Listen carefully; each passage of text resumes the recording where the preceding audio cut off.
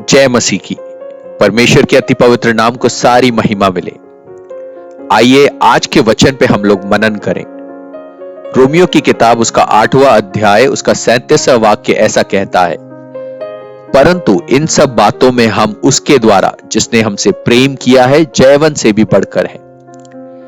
इस अनुग्रहित वचन से मसीह में पूर्ण जय, इस विषय पर मनन करने के लिए परमेश्वर हमारी सहायता करे। कितना ही अनुग्रहित वायदा है जो प्रभु ने हमें इन वचनों द्वारा दिया है। इन सब बातों में उसके द्वारा जिसने हमसे प्रेम किया है जयवंत से भी बढ़कर है। ये कौन से विषय हैं जिनके द्वारा मसीह हमें पूर्ण जयवंत बनाता है? ये बात हमें प्रेरित पौलुस इस भाग में सिखाता है। परमेश्वर के वचनों में कई वायदों को देखा जा सकता है। परमेश्वर का वचन हमारे लिए किए गए वायदों से भरा हुआ है।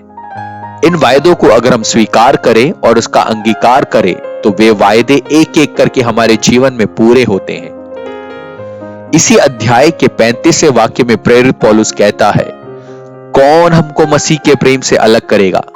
क्या क्लेश या संकट या उपद्रव या अकाल या नंगाई या जोखिम या तलवार? हमें जो मसीह प्रेम करता है उसके द्वारा हम इन सब बातों पे जय पाते हैं। प्रियजनों, अगर परमेश्वर हमारे साथ है तो हमारे विरुद्ध में कोई खड़ा ही नहीं हो सकता। रोमियो की किताब उसका 8वां अध्याय उसका 33वां वाक्य ऐसा कहता है, परमेश्वर के चुने हुओं पर दोष कौन लगाएगा? परमेश्वर वह है जो उनको धर्मी ठहराने वाला है। मेरे प्रियो, परमेश्वर के वायदों का अधिकारी सिर्फ वो है जो उसकी आज्ञाओं को मानता है। परमेश्वर ने यहोशू से जो वायदे किए थे वो हम यहोशू की किताब उसके पहले अध्याय के 5वें वाक्य में देखते हैं। वहां पे प्रभु यहोशू से कहते हैं, तेरे जीवन भर कोई तेरे सामने नहीं ठहर सकेगा। जैसा मैं मूसा के संग रहा वैसे ही तेरे संग भी रहूंगा, और ना तो मैं तुझे धोखा दूंगा और ना तुझको छोड़ूंगा। प्रियजनों, अगर हम यहोशू के जीवन को जांच कर देखें तो यहोशू और उसके राज्य के विरोध कोई शत्रु नहीं टिक सका था। यह एक अनुग्रहित वायदा परमेश्वर ने यहोशू के लिए किया था। आप देखें कि प्रभु ने हमारे लिए भी ऐसे ही वायदे किए हैं। लूका का सुसमाचार 10वां अध्याय उसका 19वां वाक्य देख लीजिए।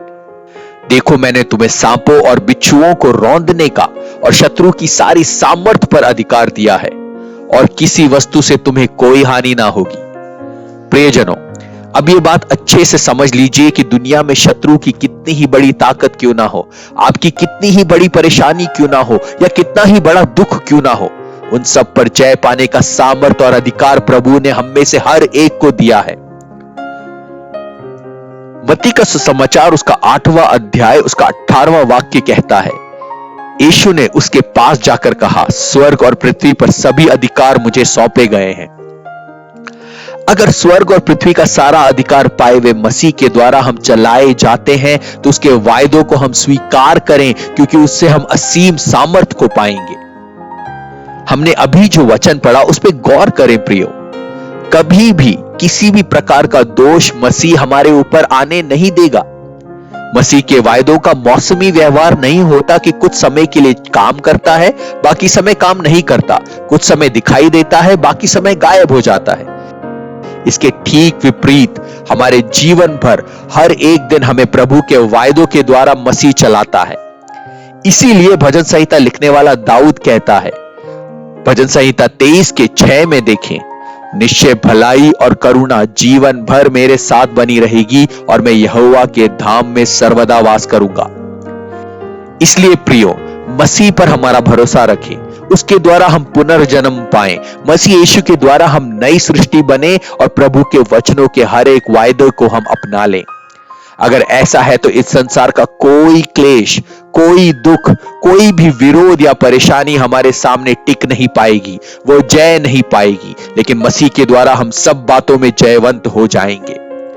प्रभु हमारी सहायता करे कि इन प्रतिकूल अवस्थाओं में मसीह के द्वारा जय पाने वाले बन जाएं। प्रभु आप सबको बहुतायत से आशीष दे। आपका दिन जयवंत हो। जय मसीह की।